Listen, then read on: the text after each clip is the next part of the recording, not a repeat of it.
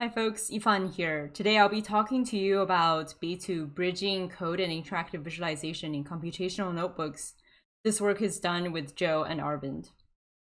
Data scientists have embraced the computational notebook as their preferred medium of data exploration. Here they can write code, they can create visualizations, and they can write down their thoughts. On the other hand, visual analytic dashboards offer very convenient interactive exploration, but does not allow the same amount of flexibility as programming. We asked the question of how to bring together the best of both worlds. In the process, we overcame 3 gaps and built bridges between these two mediums.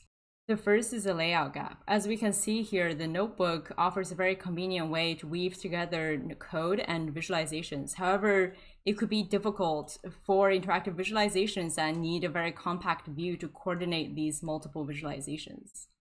To bridge this gap, B2 augments the notebook with a dashboard view, and code executed in the cells could create visualizations, and the dashboard could be toggled and resized.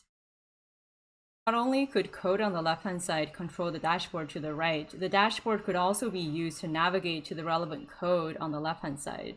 The second is a semantic gap. Despite the fact that the user has specified the queries and encodings for the static visualizations, it still takes a lot more effort to create the interactive visualization. On the other hand, the work done in the interactive visualizations cannot be translated into code land. To help bridge this gap, we can use methods in data lineage. Consider 2 queries that specifies 2 static visualizations. If we want to synthesize a filtering effect, what we can do is to take a look at the data that corresponds to these queries, and then we can trace how these rows were derived from the original tables.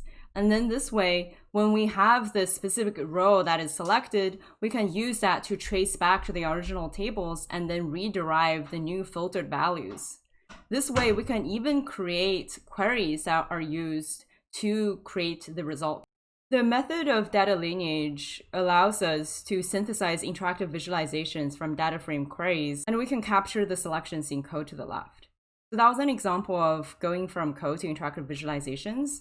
Now we'll show the other direction. Here we're able to capture the code form of the result of that selection. And as we can see, if we execute the query, we're able to get back the exact underlying data representing the selected results. The third and last is a temporal gap. In a notebook, cell executions are persistent, which is great for reproducibility.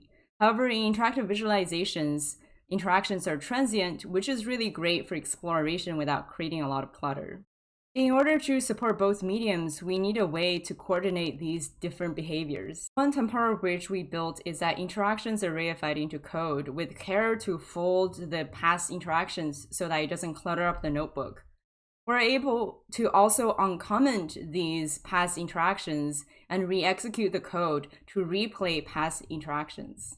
Furthermore, these transient visualization states can also be captured into the notebook. This way, even when B2 is not active, the user is still able to view their prior results. Additionally, we're able to endow persistent cells with the property of transience by making it interactive via the reactive cell magic plus B2 APIs. This way, the user is able to create their own mini custom interactive applications just with a few simple commands. To evaluate B2, we conducted a first use study with 7 participants. The session started with a 20-minute tutorial followed by 2 specific tasks and 1 open-end exploration on the dataset of Berkeley police calling data. We visualized the actions that the participants had taken. The x-axis indicates time and the y-axis indicates which participant. As we can see here, the dark blue ticks, which represents the selections with the visualizations, are scattered between coding. One participant said that B2 spared them of tedious commands and made data exploration super easy. Another observation we made is that the participants often utilize the bridges to cross between the 2 mediums. For instance, one of them said that the ability to access the code and data format of charts are really important for sharing. And another one of them said that the reification of interactions into code really helps them pick up context after a pause and a break. That was a quick tour of B2. Please refer to the paper for more details in our methods and the user studies. I'm happy to take questions. Thank you.